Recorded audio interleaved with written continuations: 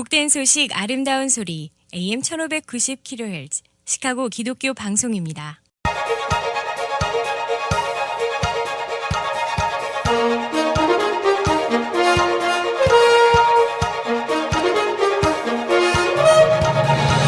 김정일 해설위원의 시사 해설. 세상을 넓게 봅니다. 삶의 지평이 넓어집니다.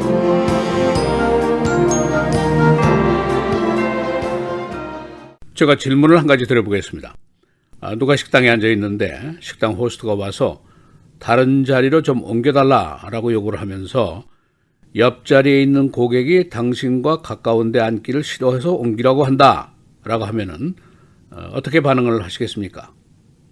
이것이 이제 실없는 소리가 아니고 바로 지난 주말에 네이퍼빌에서 일어난 일입니다.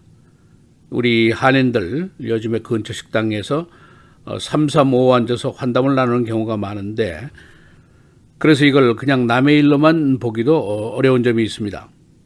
그리고 이보다 더 끔찍한 일도 있었습니다. 위스콘신 밀워키에서는 파킹 시위를 벌이던 백인 남성이 히스패닉계 남성에게 너 불법 이민자지? 라고 시비를 걸면서 황산을 얼굴에 부었습니다. 그래서 얼굴에 큰 중화상을 입혔습니다. 두 건이 모두 흑인, 히스패닉, 소수계를 상대로 벌어진 끔찍한 일인데 지난달에는 한인 1.5세 여성이 샴복에서 교통 문제로 시비를 벌이다가 백인 청년으로부터 Go back to your country 라는 험담을 들었습니다. 그래서 인종적인 편견에 따른 이 사악한 행동들은 흑인, 히스패닉, 에이시안, 이 소수계를 상대로 지속적으로 일어나고 있다고 볼 수밖에 없습니다. 시카고 트리뷴은 오늘 사설에서 이런 결론을 내리고 있습니다. 인종적인 편견이 사라졌다고 믿는 것은 잘못이다. 아직 이 사악한 문제는 이 사회에 지속되고 있으며 인종적인 평등을 위한 일이 끝났다고 생각하면 안 된다라고 결론을 지었습니다. 그래서 오늘은 이 네이퍼빌 케이스 그리고 밀워키 케이스 이 내용을 설명해드리고 이 현상에 대한 해석은 어떻게 나오고 있는지 또 인종적인 편견에 따른 헤이트 크라임의 실태는 어떤 것인지 예방책은 과연 있는 것인지 이런 문제들을 정리해 보겠습니다. 지난 주말에 저스틴 바일이라는 사람이 성인과 아이들 여러 명과 함께 네이퍼빌에 있는 버플로 와일드 윙스 이 식당에서 생일 파티를 하기 위해서 갔습니다. 그런데 자리에 앉자마자 식당 호스트가 와서 다른 자리로 옮길 것을 요구했습니다. 그 이유가 옆자리에 앉아있는 백인 고객이 이 흑인들과 가까이 앉기를 싫다고 해서 자리를 좀 옮겨줘야 되겠다 하는 설명이었습니다. 이때 바일 가족이 그의 요구를 거부하고 식당을 아예 나와버렸습니다. 그래서 다른 식당으로 갔는데 그런데 가족 중에 한 사람이 이 사실을 소셜미디어에 올렸기 때문에 세상이 이 일을 알게 되었습니다. 그 이후에 식당 호스트와 매니저는 파이어가 됐고 어제는 프리스코 주지사와 네이퍼빌 시장이 직접 피해 가족을 위로하기도 했습니다. 두 번째 사례, 위스콘신 밀워키에서 일어났습니다. 42살 난 빌라 라즈라는 남성이 있는데 멕시코 식당 앞에서 주차를 하려고 하다가 61세 난 백인 남성과 파킹 시비가 벌어지게 됐습니다. 이 히스패닉 남성이 충돌을 피하기 위해서 다른 곳에 차를 주차하고 돌아오니까 그가 배터리 애시드, 그 황산 물병을 들고 있다가 그의 얼굴에 퍼부었습니다.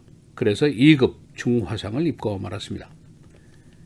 이 케이스는 경찰이 헤이트 크라임으로 조사를 벌이고 있습니다. 도대체 원인이 무엇인가?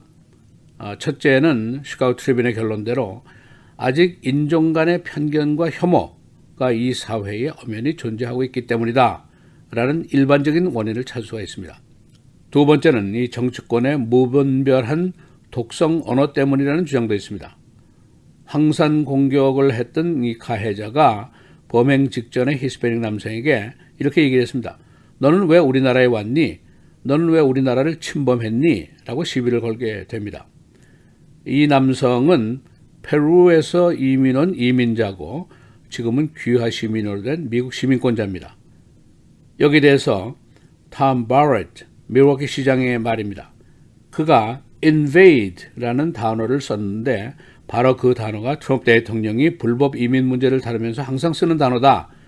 대통령이 그런 독성 언어를 쓰니까 다른 사람들이 그러면 나도 써도 되겠지.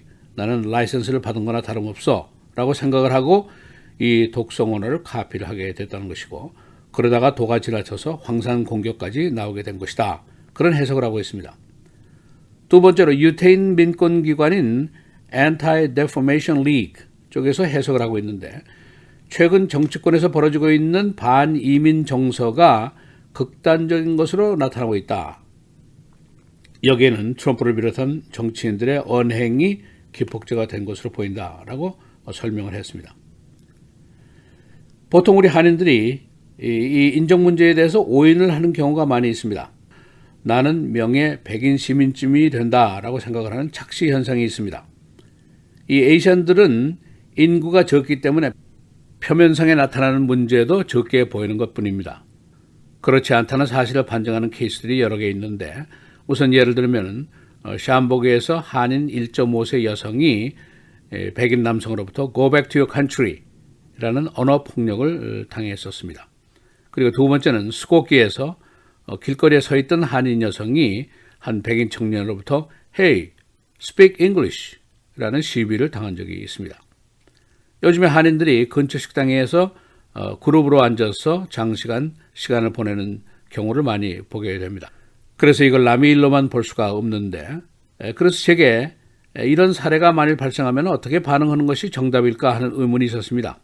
그래서 서치 엔진을 찾아와 봤더니 그 해답이 컴퓨터 페이지로 장장 10페이지가 넘게 나왔습니다. 그만큼 이런 일이 이 사회에 비일비재하게 일어나고 있다는 것을 반증하는 사실입니다. 이 황산 공격을 받은 사람이 백인 가해자에게 나는 미국 시민이다. 미국 사람은 모두가 어디에선가 온 사람들이 아니겠느냐. Everybody comes from somewhere else 라고 반론을 폈습니다. 그러나 돌아온 것은 황산 세례뿐이었습니다. 이 샴보 케이스의 피해자인 한인 여성도 경찰에게 신고를 했지만은 그가 소극적으로 나를 좀 말리는 것 같은 느낌을 받았다라고 말했습니다. 그 이유가 있는데 이 단속의 그레이 에리아가 넓기 때문입니다. 만일 폭행을 확실하게 했다면은 헤이트 크라임 입건이 쉽습니다. 그러나 이 헤이트 스피치, 언어 폭력은 범죄로 다루기가 쉽지가 않다는 것입니다. 오히려 freedom of speech, 제1수정 헌법의 기본권의 문제가 될 수가 있습니다. 그래서 언어 폭력으로 죄를 묻기가 쉽지 않다는 것이 전문가들의 의견입니다. 여하튼 이 정답을 간결하게 찾기 위해서 수십 페이지의 이 전문가들의 제언을 제가 읽고 조만간 공부한 결과를 이 시간을 통해서 한번 말씀을 드리겠습니다. 그러나 지금 우리가 당장 할 일은 우리 삶의 주변이 어떻게 변화하고 있는가 이것을 확실하게 인식하는 것이 중요합니다. 첫째, FBI 데이터에 따르면 2017년도에 헤이트 크라임이 전국적으로 17%나 증가했습니다. 그리고 히스패닉에 대한 범죄는 24%나 증가했습니다. 바로 반이민 정서 때문입니다. 우리가 이민자입니다. 그리고 두 번째는 2018년도 통계인데 캘리포니아 대학에 조사합니다. 헤이트 크라임이 2018년도에 9%가 증가한 것으로 조사가 됐습니다. 이 헤이트 크라임이라는 거, 인종, 민족, 언어, 우리가 한국말 쓰는 거, 또 종교, 장애, 동성애 이런 데 대한 편견으로 상대를 공격하는 것을 일컫는 말입니다. 그런데 이제 그 범위가 정해져 있습니다. 상대방에 대한 상해 또는 사망의 위협이 있을 경우에만 범죄 요건이 성립이 됩니다. 시사해설 김재일입니다.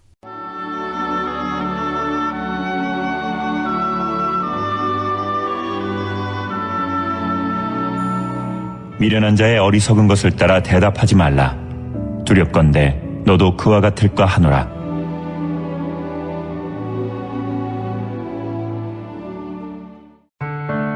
미디어를 통한 세계 선교를 꿈꾸는 KCBS.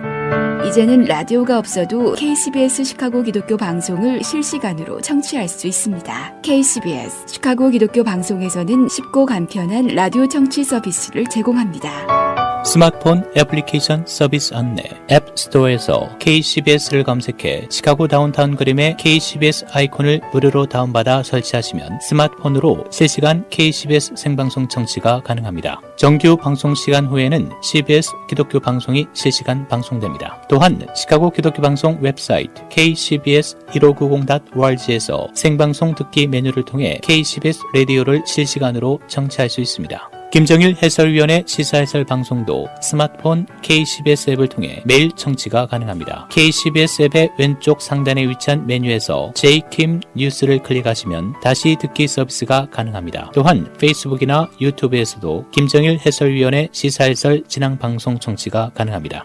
KCBS 실시간 청취 서비스에 관한 자세한 사항은 시카고 기독교 방송 전화 847-583-영원구원 583-영원구원번으로 문의하시기 바랍니다.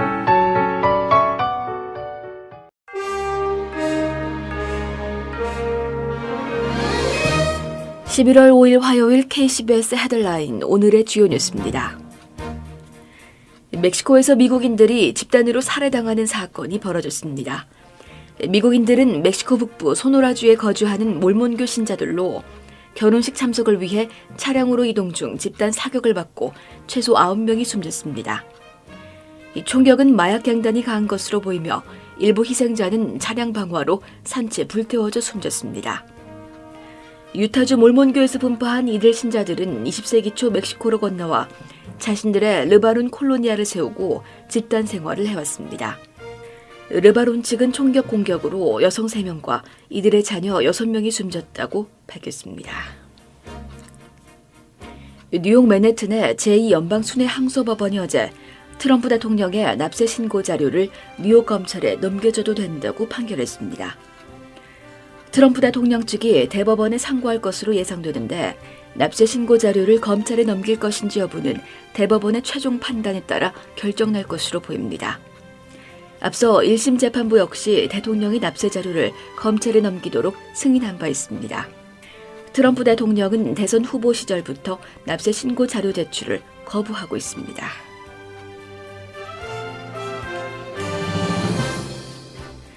하원민주당이 어제 트럼프 대통령에 대한 탄핵 조사를 위해 실시한 비공개 청문회의 증언록을 처음으로 공개했습니다. 하원민주당은 어제 마리 요바노비치 전 유크레인 주재미 대사와 마이크 폼페이오 국무장관의 고위 보좌관이던 마이클 맥킨리가 지난달 비공개 탄핵 조사 청문회에 출석해 증언한 내용을 공개했습니다. 하원은 지난달 30일에 트럼프 대통령에 대한 탄핵 조사 절차를 공식화하는 결의안을 가결한 바 있습니다. 이에 따라 그동안 비공개로 진행된 하원의 탄핵 조사 청문회가 공개로 전환됐습니다. 오늘 켄터키와 미시시피주에서 주지사 선거, 뉴저지와 버지니아주에서는 주의회 선거가 치러집니다. 이번 선거는 유권자들이 대통령에 대한 탄핵 조사와 민주당의 대선 후보 경쟁 과열 속에 어떤 반응을 보일지 주목됩니다. 트럼프 대통령은 어제 켄터키주에서 민주당 소속 앤디 비셜주 검찰총장의 도전을 받고 있는 공화당의 맷 베빈 주지사를 위한 지원 유세를 벌였습니다. 트럼프 대통령은 앞서 지난 1일에도 미시시피주에서 민주당의 짐 후드 주지사와 팽팽한 대결을 펼치고 있는 공화당의 테이트 리브스 후보에 대한 지원 유세를 벌였습니다. 주 의회 선거가 치러지는 뉴저지주와 버지니아주 중 버지니아주는 특히 내년 대선의 길잡이가 될 것으로 여겨지고 있습니다. 트럼프 행정부가 어제 2015년 체결된 파리 기후변화협약 탈퇴 절차를 공식적으로 시작했습니다.